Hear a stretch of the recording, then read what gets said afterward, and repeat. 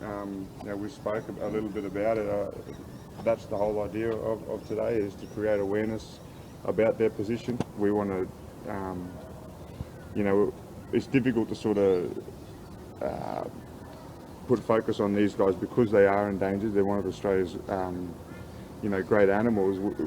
We're not really worried because we think that because they're not harming our agriculture and things like that, that we turned a blind eye to it. But due to feral cats and foxes, their numbers are dwindling, and I did feel it was something that I should be involved with to create awareness about it.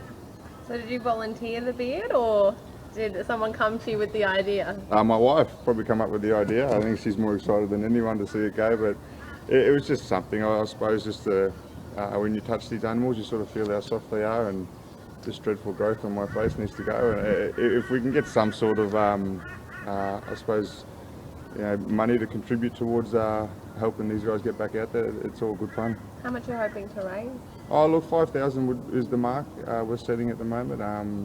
Obviously, if anyone wants to go above and beyond that, we're open to that because it's going to go to a good cause. And how long has the sacrifice been in the process for? How long have you been going we did the maths on it the other day. It's 10 months it's been going for. It has been trimmed a couple of times, but we for a good cause. These little guys are worth it. Yeah, for sure. They're beautiful. Cool. And we're really on the point. Yeah. With the age of these guys, the scientists actually found fossilised bones of these things at Riversley out in Mount Isa that date back 15 million years. We've known that they've lived in Australia. And when you look at what we've done in 200 it makes you feel pretty sad, doesn't it? Yeah. How dire is the situation?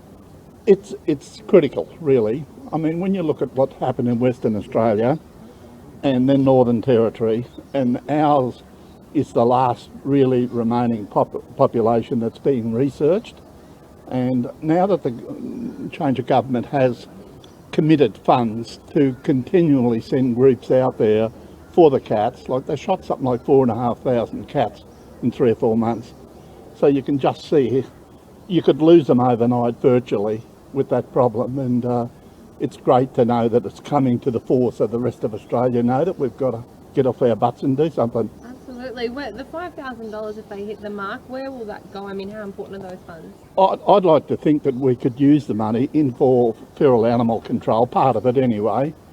And education, we do a lot of school work, and there's always funds that we need to do that. And on Friday we're going to have one channel in the mall with schools all around Queensland can log online and see bilbies and other animals that Dreamworld and some of the other zoos and wildlife parks are bringing up. And I think we really need to get into the schools, teach our kids what we share this country with. Absolutely. Because they're the ones, one day one might be a Prime Minister or a Premier, and you never know. The interesting statistic that they never quote in schools is there are over 20 million feral cats now in Australia, and they could be eating 75 million of our native animals every 24 hours.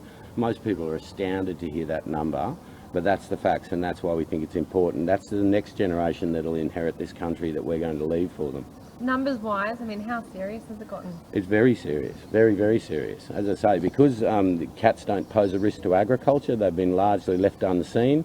We say with the bilbies, it's a bit like our oceans, out of sight, out of mind. These are an arid, semi-arid specialist, so they're a long way away from where people are. So that's why Nate and the work that he's doing so fantastic, because it's all about exposure and making people aware of what's happening in our west. How many bilbies are left? 400 to 600 in Queensland is a conservative estimate, so very, very few. And as I say, with 20 million feral cats out there uncontrolled currently, it's a real problem. Queensland is the only state that research.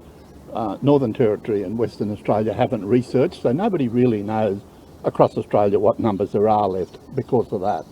Yeah. So, yeah. It's scary. Scary It is. statistics. It is. Can we just get your names for the record as well? Yep.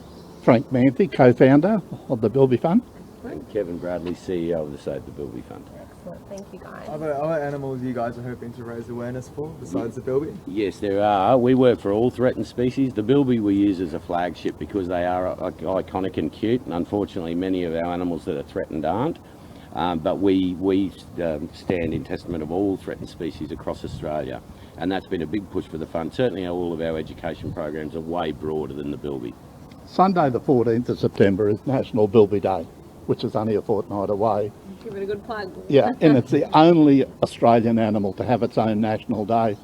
And if everybody in Australia, just imagine 23 million donated $1, what we could do to the population of feral control that we would have. Absolutely.